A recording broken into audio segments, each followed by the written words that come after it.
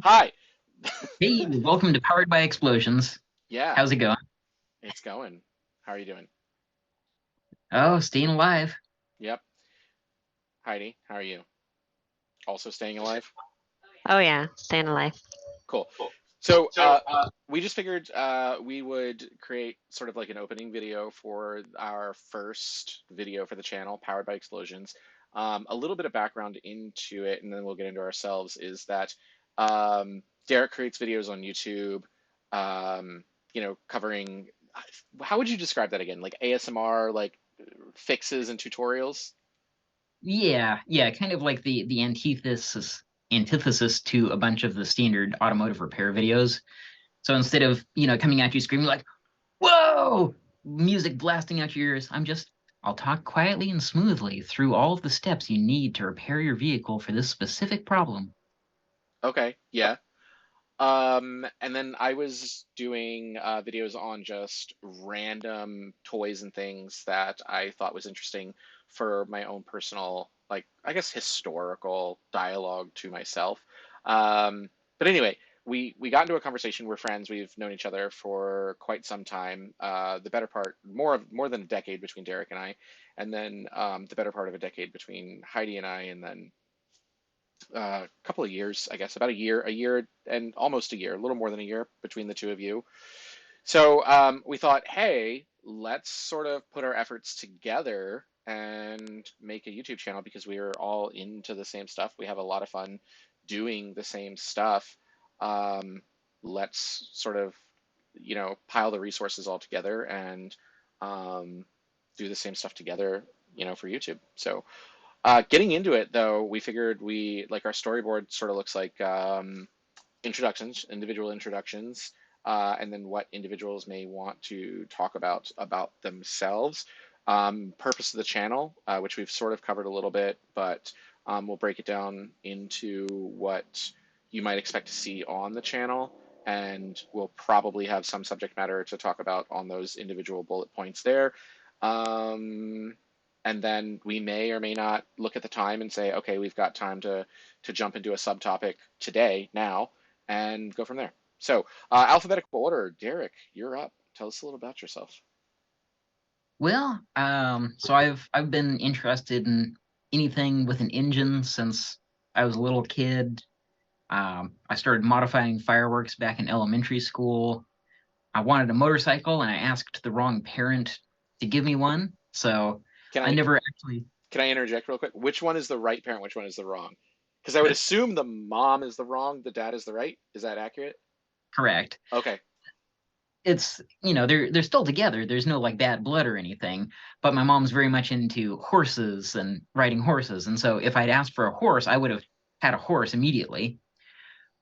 And my dad historically rode dirt bikes and drag raced his Camaro back in the day and things. So if I had asked him for the motorcycle, he told me, "Oh, I could have made that happen if you'd ever asked me." It's like, oh, So that I dang. understand correctly what you're saying, you said you asked the wrong parent. So you asked the mom. The mom Right. says no, which means you have burned your ability to ask your dad because you can't have mom say no and then dad go behind her and say yes. Well, no, it wasn't that she said no. It was more that she said, "Oh, we'll see," or "I'll think about it," or something to that effect, just deferring the decision so that I would hopefully forget about it. And I how never old were you forgot. at this time? I want to say I was about 7 or 8 years old. Okay. When did My you cousins. actually wind up with your first motorcycle? So it wasn't until 4 years ago. So in 2019, I got a Ninja 500. Roughly how much time? Like, I'm not asking your age or anything, but roughly how Oh, much time is between here? what do we have? Like How old am I 20-ish years or something like that? now? About 18, no, 28 years? Oh, okay. So like a while. 25 years? Yeah, it was So it was a long time. I'd argue that in a way, your mom sort of won in that you did forget. Like, you didn't forget, it just was kicked so far down the road that mission accomplished. Right. Okay. And now she lives in fear that I'm gonna die every time I take it out. Okay. So, but yeah, other than that, around that same time, like 7 to 10, I was riding the ride-on lawnmower just because, oh, it's got an engine and I can drive it. It was so cool.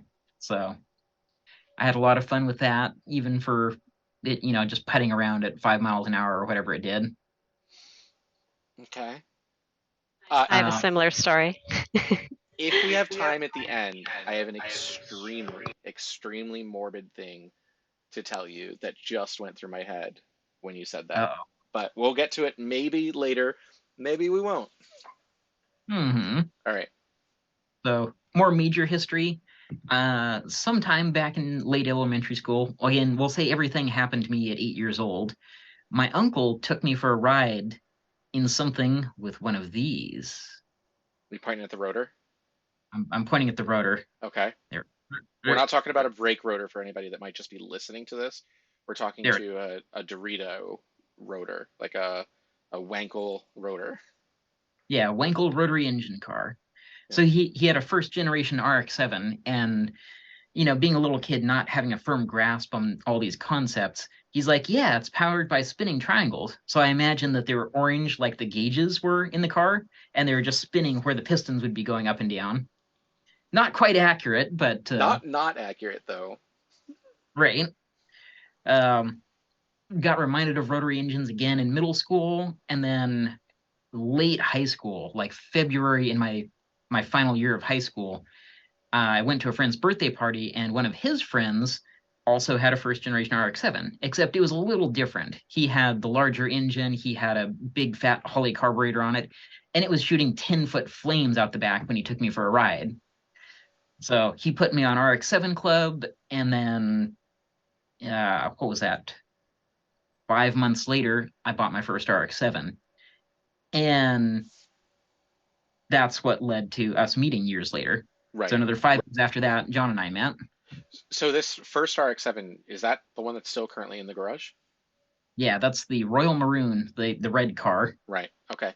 You guys will see that in videos, I am sure. Okay, so we did meet many years ago, and I wish that we could go back in time. Maybe we'll be able to find some photos. Derek, like, note this point in the video, like for like if we go back and do any type of editing for this video, note this point in the video that maybe now would be a good time. Heidi, would you mute yourself just real quick? Um, you should note this time that maybe if you have any photos of some of the like the evolution of what your car looked like to what it is, like we'll see it now in future videos, but like some of your historical stuff that you had under the hood of your car was a trip.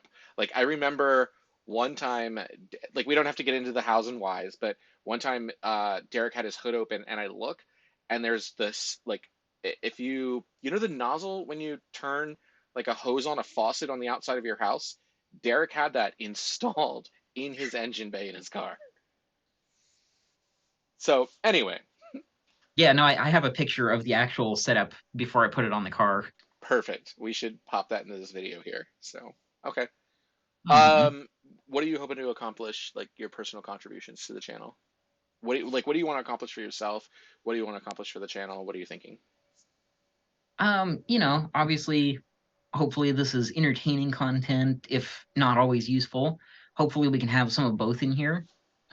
So we might be cross-posting or redirecting the ASMR repair videos into this channel.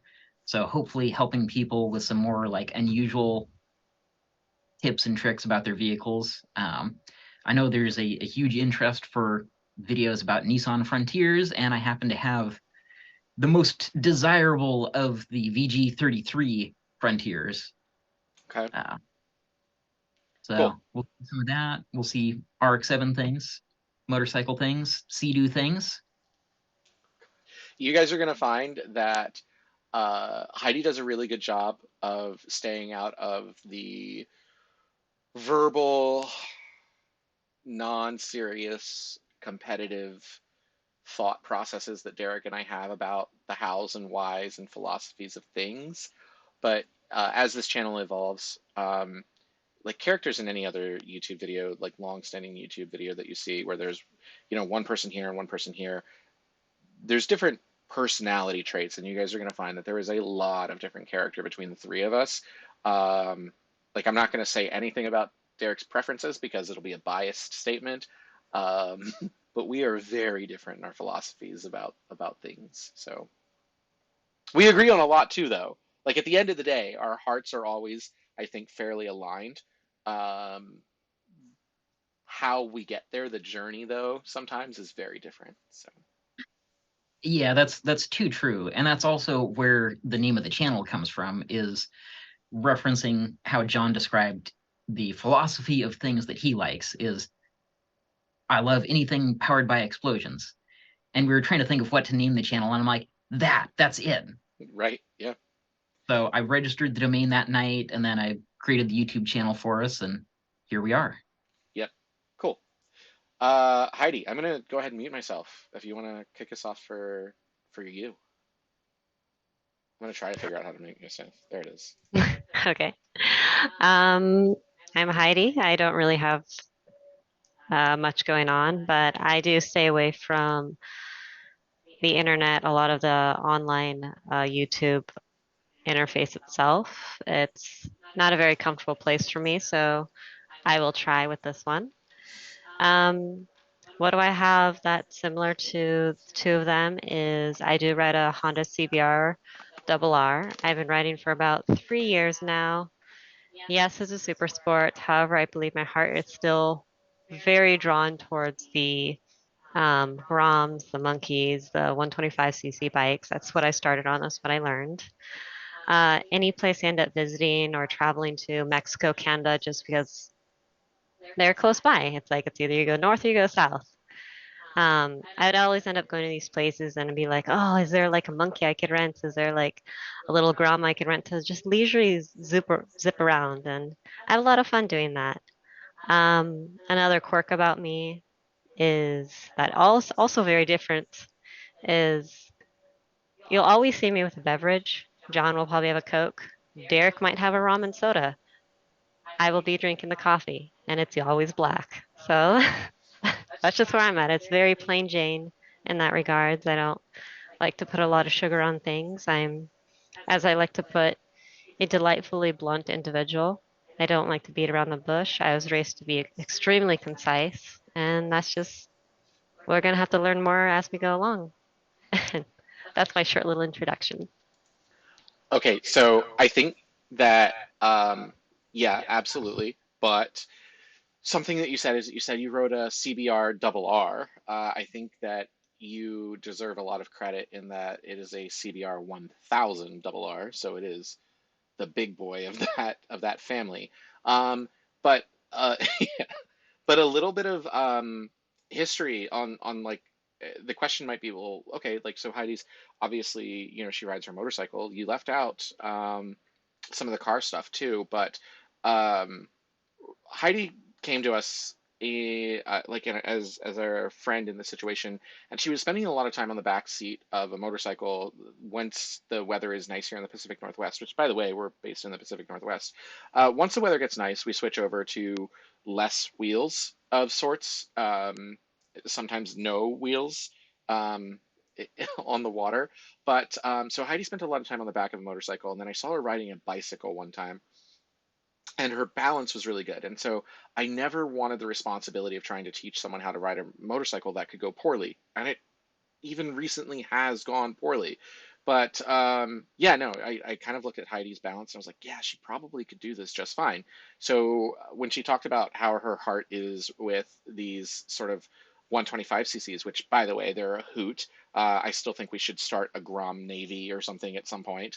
But anyway, yeah, so she started on a Z125 Pro in the backyard, which was soft and grassy. It's a protected wetland that's not wet during the summer, but it's still soft. So she did that really well. Went to a Ninja 400 and Ninja 400 up to the CBR 1000. She also sort of got, I don't want to say peer pressured because it doesn't take a lot of peer pressure as far as the car, when Heidi came to the group as a whole, Heidi was driving a Mazda 3, and not that exciting of a Mazda 3, but it was hers, and it was, she made it her car. But everyone and the whole world will tell you Miata is almost always the answer. But our social group was saying, "Oh, get a Miata, get a Miata, get a Miata." So we wind up at a Mazda dealership, unrelated of sorts, and Heidi goes home with a Miata. So now the Mazda 3 is gone. She's now on a CBR 1000 RR, and she has a very, very pretty ND Miata. So I think that's some of the stuff that you left out that I think that we'll get into more as we go. You're absolutely right. Um, uh, yeah, like you're always, oh gosh, anytime that we go, it's like, okay, we're gonna go break into a bank and, pillage the vault, but can we stop and get a coffee first? Like, so like it doesn't matter what we're doing, we have to stop before, during, and after for coffee. So yeah, that's Heidi. I think we're only covering half of the drinks there, though. In what way? Fill me in. Fill us in, Derek. I don't know. I actually see you drinking more royal tea than just coffee. That's not her Uh, fault. that's that's on him. That is definitely on John. Oh, okay. So is this a good transition to John's introduction then? Well, to be fair, it came from me originally because John doesn't like coffee, and I'm like, but you want tea? But do you want a little bit of sugar in your tea? No? How about the next day? So it's like a slow transition where I finally got him to drinking sweet teas, and he hasn't come back yet, so it's been good. Oh, there we go. So, like, we'll jump around straight to that subject. Um, for me, uh, I am insatiable when it comes to, like everyone's got their addictions. Like it could be smoking, which actually our joke here is that we're team never smoke. None of us have tried a cigarette, never anything. We've never gotten into drugs at all. Like of our group or here in the Pacific Northwest, marijuana is huge, and like we're the people that just that's not us. To each their own. It's just that's what we haven't done. But so maybe we can't really go, oh, like, how so and so's into cocaine or heroin, whatever. Like, wow, that's a huge jump. But for me, it's food. My addiction is absolutely food and beverage and whatever. And so my thing was, um, I tried really, really hard to make sure that to sort of offset that gluttony, to have entirely 0 calorie beverages. So it's just be like water, tea, things of that nature. Um, and over the last couple of years now I've reintroduced Mexican Coke and a lot of like bubble tea, boba sort of stuff. And there is a place called Royalty that is nearby. Shout out to Royalty. Anyway, which by the way, the owner will probably encounter him next week. Actually, he invited us to a car meet that's being sponsored by Royalty. Um, anyway, he drives a GTR, but yeah. So I drink a lot of boba related beverages, and Heidi and I often will go out of our way to try a new boba place, and it's hit and miss, and it's more often miss because I don't know, not everybody can do boba, but anyway, Well, when you find the place, you find the place. There's only one other place I really want to try, and that's in Seattle. So that's going to be a trip for us. yeah. So that's why you see us with Royalty a lot is that our commute from here to you, we pass by Royalty, and it's that gluttony that I'm just like, oh, let's go stop and get there. And you should, oh man, you've been with us, I think, when we go in and get it. It's just like, oh, what can we get for you? And most people, like a couple that walks in or something, or an individual that walks in that gets a beverage, they get a beverage. No, like we regularly leave with between 4 and 6 beverages between the two of us. It's not good. So anyway, circling back to the top, yeah, Derek and I met on the Rotary scene a number of years ago. I was actually in my first RX-7. I've owned a few of them since then. I haven't gone back to Rotary in a long time, probably about 8 years or so. The last Rotary that I owned, kind of just that was it for me. I wasn't really in a life position where like I wanted this vehicle that was sorry, I'm gonna mute that. I wasn't really in a life position where like I wanted a vehicle that required the attention that a lot of rotary platforms do.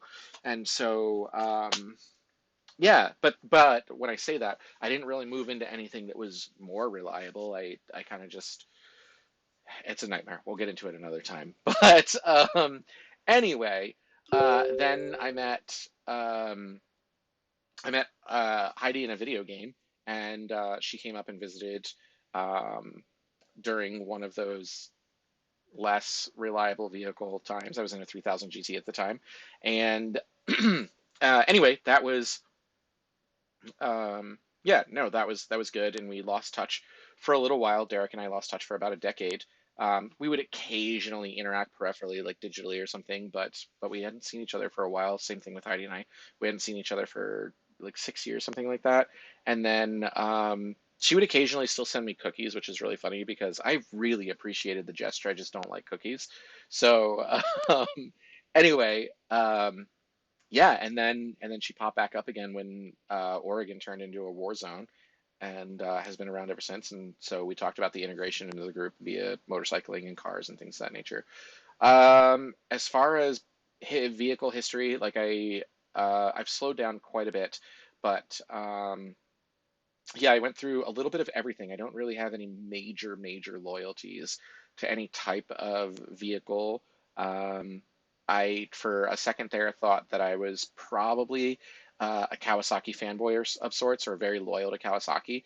But the thing is, I don't think that's true. I think that it's just Kawasaki makes really good things that fall into very specific categories. Like when you look at um, I don't know, like Ducati or something. Like you think like these super sport or hyper sports. They even have their what is it, the Diavel or whatever? It's sort of like the urban naked bike or whatever. And so, but they only do these couple of things. And so, if I was very interested into urban, I don't know, naked bikes or something, maybe that would have been on the radar. But the thing is, anything that I've looked at, it's like, oh, maybe a cruiser, maybe a super sport, maybe just a sort of a more upright, relaxed sport bike or a sport tour or something like that. And Kawasaki has a very good offering in every major category of that. And so I just kind of wound up with a lot of Kawasaki's. As it is today, I have I am driving a Miata as a car, but I try as much as I can to soak up the summer on two wheels. And so I'm going back and forth between a third generation Hayabusa and a ZH2, the Kawasaki ZH2, which I've sort of converted into an adventure-ish touring bike, just because the ZH2 actually has a decent bit of ground clearance, and I've bolted on like a top case and a touring windscreen and all kinds of stuff to it. Actually, our next individual video, like our subject matter video, I think, is probably going like where we go into detail about a project is probably going to feature the ZH2. So, um, Derek, do you have any thoughts on that, on watching that? Man, it's gonna be a hot video. Okay. All right, perfect. So, yeah, that's me. I've slowed down quite a bit. I used to go through, I don't know, two or three cars a year. Um, but it's been the same thing for, I don't know. I've had three cars in the last 3 years, so that I guess is slower. So anyway, um, yeah, that's introductions. Is there anything either of you guys can think that either one of us missed about ourselves or each other? I don't know. It's just a lot of information all at once. It's an information dump. I think I may have said something about that halfway through. Okay. Like this is this is a lot. Yeah. Well, I forgot to, since you mentioned all the vehicles you have right now, Yeah. but you skipped one of them. You skipped your zero wheel vehicle. Oh, yeah. Derek and I are both have watercraft as well. I have a GTI SE 170, which is Can-Am or BRP's Sea-Doo line. Although, while we're here, let's cover this topic. We'll do a round robin on this topic. Um, that is what I have. Let's cut into, we've covered three separate categories here so far: cars, motorcycles, and I guess we're gonna do watercraft real quick. Dream car. I've gotten a lot of flack about this over the years, but realistic dream car, probably like that I didn't necessarily have to daily drive if I could have another car. Probably a nice, excellent condition R32 GTR. Dream motorcycle, probably, and I didn't have to worry about a failing body or getting old or anything. Probably a Kawasaki H2. Dream watercraft, as far as a jet ski specifically, because we can get into boats and that's whatever. But as far as jet ski, I really, really, really wanted and probably still want one of the Kawasaki 310 LX Ultras or Ultra 310 LX or whatever, the 310 horsepower supercharged four-cylinder with headlights that are not headlights. They're headlights. Just don't tell Kawasaki because they can't say they're headlights. Um, yeah. Legally marker lights. Well, it has to be the golden one, right? Well, the new one is now like this It's very olive pretty. green, olive green I don't color. like it. No, no. Derek will like it, but I don't like it. Olive green is hit or miss for me. Well, actually, okay. Like, I don't mean to derail because we definitely need to circle around and say, all right, dream, where do you want to wind up? But Derek and I disagree. We talked about this. There's a disagreement between um, the journey to get there. Like, we agree, you should ride jet skis. Which jet ski you should ride, we're going to differ on that. Derek, you know that the reason that you don't like the 310 is because it is this big, heavy behemoth, right? Did you Yeah. know, however, that they have a 160 horsepower one that is several hundred pounds lighter that has all of the same amenities? So we could ride at night, by the way. That is hundreds of pounds lighter. That's a 160. But how many hundreds of pounds lighter? I'm going to look it up. You tell us about your vehicles, your current vehicles, and your dream vehicles. Okay. So while he's looking that up, currently, we touched on it very briefly. I still have the red Royal Maroon RX-7. It's an 87. It was originally a base model. It was, NA, automatic, four-lug, single piston brakes, all the poor stuff. I can get into more details on that. I still have that car. So the 87 non-turbo RX-7. I have a 91 A package that has been fully converted over to a turbo RX-7. Then I have an RX-8 that I use as a daily driver. I have a 4x4 crew cab supercharged Nissan Frontier. It's a 2002. I guess I also have a flatbed, but that's kind of half a vehicle. I have the Ninja 500, which was mentioned as well. And I have a pair of Sea-Doo XPs. I have a 95 and a 97. So very quickly, since looks like we're running a little short on time here, we've got about 10 minutes left. I've got some mixed feelings about that 97. So I want it to go away. I would very much like to replace it with either a 96 Sea-Doo XP, which is the larger 787 engine in the same hull as my 95, because it's a very light hull. It's just over 400 pounds. But to get that extra 20 horsepower over the 95 would be very fun. Alternatively, I think a Sea-Doo Spark Trix with the 90 horsepower engine and a tune on it, you'd have an equivalent Sea-Doo that's probably much more reliable, has a more durable hull, and that's probably what I think is the pinnacle of personal watercraft. You see John scrunched his face right there. No, I'm scrunching my face because it's 100 pounds weight difference. That's not several hundred pounds. It's not. All right. Anyway. So likewise, that's where I'm at on the watercraft for Dream Watercraft. Going backwards, the motorcycle, I'd like to be on an H2 eventually. That is very, very much a dream bike there. I still feel like it would be a lot for me right now because it's 525 pounds and 200 horsepower, and that's quite different from my Ninja 500. So we'll have a conversation about that later.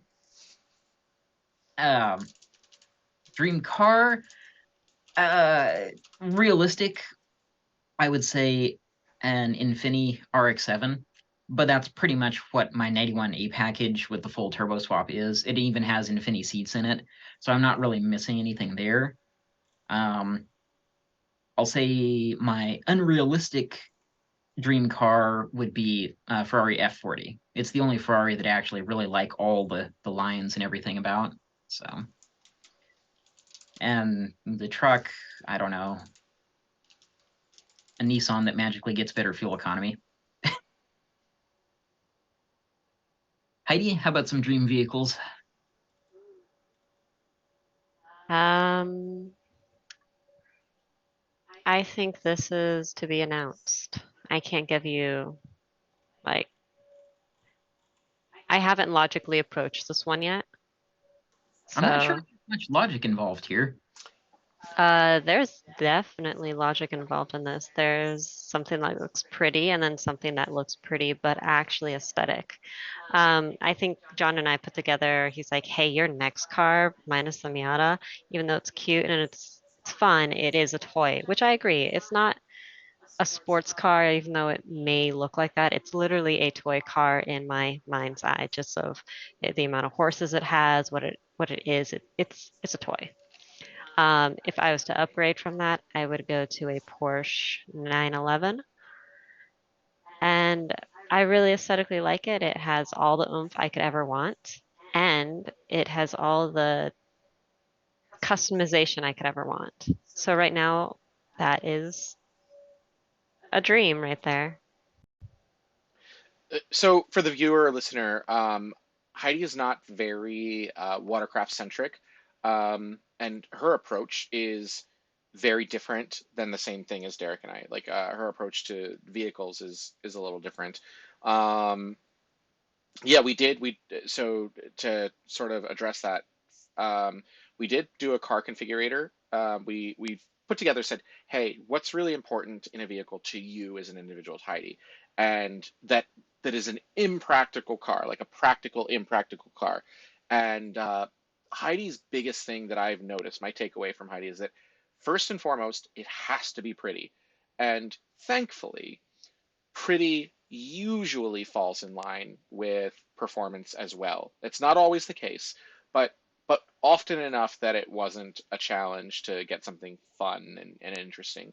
But yeah, so we put together a configuration on the I think it was the Porsche 911 Carreras that we looked at, and so she's able to get far more practicality than in day-to-day use anyway than a Miata out of it. More storage space, more comfort, more amenities, all-wheel drive, way more horsepower, things to that nature. But we also talked about motorcycles, looking for the right leader bike for Heidi. Um, she addressed it kind of in the same way that you do, Derek. Derek's like thought is lighter is better, always, almost I always. I agree with that. Like, Right. that's why I went with the Honda because I like being agile.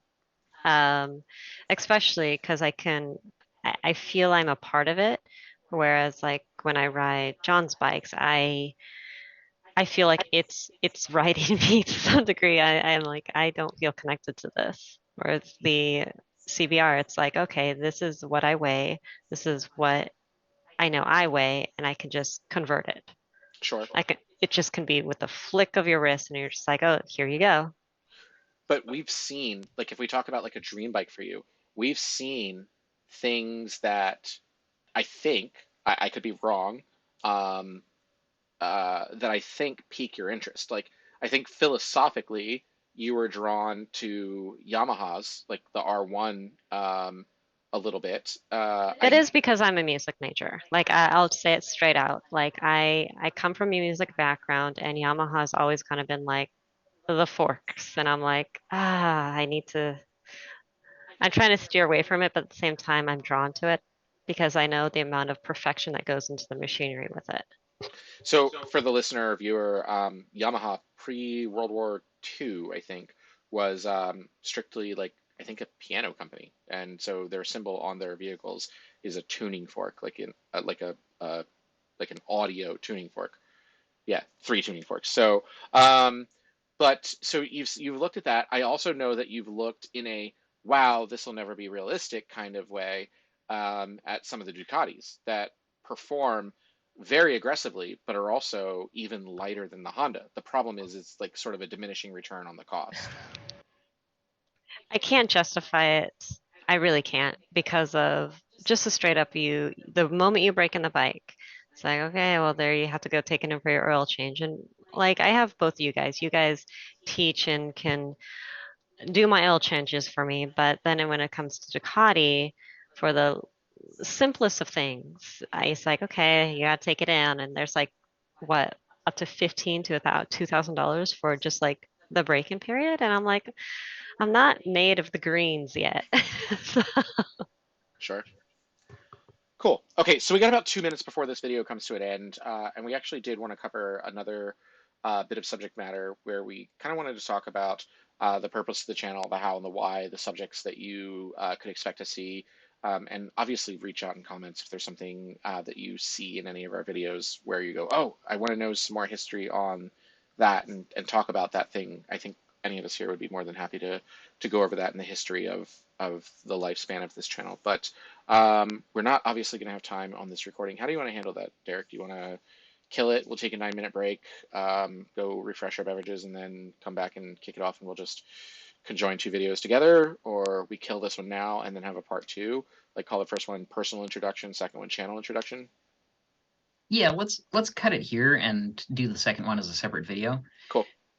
Just, gives people a break to go and get a drink as well in Perfect. between. Awesome. Sounds good. I'll see you guys in a little bit.